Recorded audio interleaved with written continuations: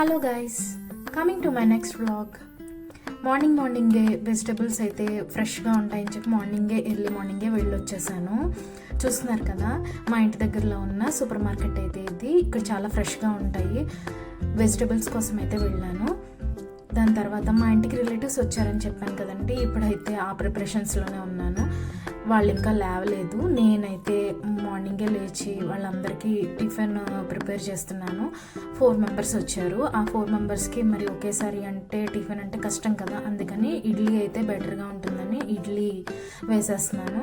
2 సార్లు వేయాలి ఇడ్లీ, అది కూడా సరిపోవు కాబట్టి వేసేసి ఇప్పుడు ఇడ్లీ అయితే ఇదిగోండి చూస్తున్నారు కదా, పెట్టేసి ఒక పక్కన అయితే దాని తర్వాత వెంటనే పాలు కాసేస్తున్నాను. కాఫీకి అయితే నేను ఆల్రెడీ కాఫీ తాగేసాను. దాని తర్వాత చట్నీ ఆల్రెడీ నేను చేసి పెట్టుకున్నాను నిన్న నైట్ని. దాని తర్వాత వాళ్ళకి కాఫీ లేచిన వెంటనే వాళ్ళకి కాఫీ అయితే ఇవ్వాలి కదా, కలుపుతున్నాను. చూస్తున్నారు కదా, కాఫీ కలిపేసి వాళ్ళకి ఇచ్చేసి నెక్స్ట్ మిగిలిన వంట పని అయితే చూసేయాలి.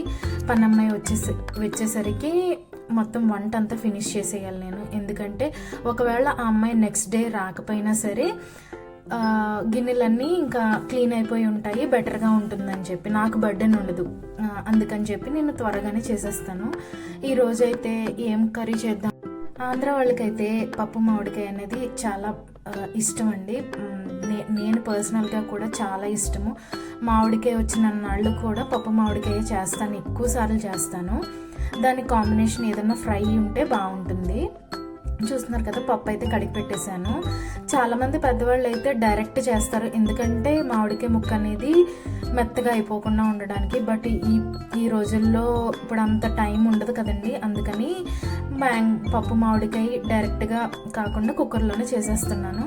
చూస్తున్నారు కదా, ఒక పక్కన ఇడ్లీ అయితే రెడీ అయిపోయింది. హాట్ బాక్స్లో పెట్టేసి డైనింగ్ టేబుల్ మీద పెట్టేస్తే ఒక పని అయిపోతుంది. మళ్ళీ నెక్స్ట్ ఇంకొక వాయి వేయాలి కదా, అవి సరిపోవన్నాను కదా, మళ్ళీ ఇంకొక వాయి వేస్తున్నాను. చూస్తున్నారు కదా, ఏదైనా సరే మనం పని చేసేటప్పుడు మల్టీ టాస్కింగ్ అయితే చెయ్యాలండి. ఒక పని చేస్తూ ఒక పని అయిన తర్వాత ఇంకొక పని చేసుకుంటామంటే అది చాలా బర్డెన్ అవుతుంది. ఎవరైతే వంట రాదో వాళ్ళైతే ఇది మాత్రం మస్ట్ అండ్ షుడ్గా పాటించాల్సిందే, ఎందుకంటే చాలా టైం అనేది సేవ్ అవుతుంది. చూస్తున్నారు కదా, కుక్కర్ అయితే పెట్టేశాను, విజిల్ అయితే వచ్చేసింది. ఒక పక్కన బెండకాయ ఫ్రై అయితే చేద్దాం అనుకుంటున్నాను. ఆ బెండకాయల్ని ఒక డ్రై క్లాత్లో ఆరబెట్టేసేసి తుడిచేసి నెక్స్ట్ వెంటనే ఒక క్లాత్తో మళ్ళీ తుడిచేసుకుని కట్ చేసేసుకుంటే కొంచెం డ్రైగా ఉంటాయి ఫ్రైకి కాబట్టి, లేకపోతే జిగురు అనేది బాగా ఫామ్ అయిపోతుంది. నేనైతే ఇట్లానే ఫాలో అవుతాను. చాలామంది అయితే కాసేపు ఎండలో కూడా పెట్టుకుంటారు. నాకు అంత టైం లేదు కాబట్టి నేను ఇట్లా చేస్తున్నాను. ప్రతి ఒక్కరి ప్యూరిఫైర్లో అయితే వాటర్ వేస్టేజ్ అనేది ఉంటుంది, అదైతే నేను గిన్నెలో పెడుతున్నాను. మా రిలేటివ్స్ వచ్చారని చెప్పాను కదా, నిన్నైతే ఫ్లైట్లో వచ్చినప్పుడు వాళ్ళు ఒక ఫుడ్ తెచ్చుకున్నారు, చపాతీ కర్రీ. అది మిగిలిపోయిందని చెప్పి నిన్న ఫ్రిడ్జ్లో పెట్టాను. ఫుడ్ అయితే వేస్ట్ చేయకూడదు కదా, దాన్ని కొంచెం వేడి చేసుకుని కొంచెం మేము తిని కొంచెం మా మేడ్కి అయితే పెట్టాము. ఆ ఇడ్లీతో పాటే ఓన్లీ ఇదే కాదు. చూస్తున్నారు కదా, ఈ వాటర్ అయితే నేను వేస్ట్ చేయకుండా మొక్కలకైతే పోస్తానండి. వాటర్ స్కేర్సిటీ అన్నది చాలా ఎక్కువ అండి హైదరాబాద్లో. వాటర్ కొనుక్కుని మరీ చేస్తారు కదా, దాని గురించి అది అందరికీ తెలిసిందే. వాటర్ స్కేర్సిటీ అనేది ఉంటుంది, వాటర్ ట్యాంకర్స్ తెప్పించుకొని పోస్తారు అని చెప్పి. కానీ ప్యూరిఫైయర్లో వాటర్ చాలా వేస్ట్ అవుతాయండి. రోజుకి ఒక లీటర్ వాటర్ ప్యూరిఫికేషన్కి దాదాపు 1.5 2 లీటర్స్ వాటర్ అయితే వేస్ట్ అవుతుందండి. అది ఒక పక్కన పట్టుకుని ఉంచుకుని ఉంటే బెటర్గా ఉంటుందని నా ఒపీనియన్. అది దేనికైనా యూజ్ చేసుకోవచ్చు, బట్ వాటర్ వేస్టేజ్ అన్నది ఉండకుండా అని చెప్తున్నాను. మన చిన్నప్పుడు కాలంలో కూడా నీళ్ళు అనేది లక్ష్మీదేవితో సమానం అని అంటారు. మరి మా అమ్మమ్మ చెప్తూ ఉండేది ఇట్లా అని. అందుకని నేను ఆ వాటర్ని వేస్ట్ చేయకుండా ఏ మొక్కలుగా పోసేస్తాను. చూస్తున్నారు కదా, బెండకాయలు కట్ చేయడం అయితే అయిపోయింది. దాని తర్వాత పప్పు మామిడికాయలోకి అయితే పోపు అయితే రెడీ చేసుకుంటున్నాను. ఈ లోపు పప్పు అయితే కుక్ అవుతుందో పక్కన. బెండకాయలు కట్ చేసేటప్పుడు కూడా అలా నేను కట్ చేసిన విధానంలో కట్ చేస్తే కొంచెం టైం అనేది సేవ్ అవుతుందండి. ఒక్కొక్క బెండకాయని కట్ చేయకుండా అట్లా ఒక 5-6 బెండకాయలని ఒకేటే సైజులో పెట్టేసుకుని ఒకేసారి కట్ చేసుకుంటే టైం సేవ్ అవుతుంది. చూస్తున్నారు కదా, పప్పు అయితే ఉడికిపోయింది. చూస్తున్నారు కదా, ఏ ముక్క ఆ ముక్క అయితే ఉంది.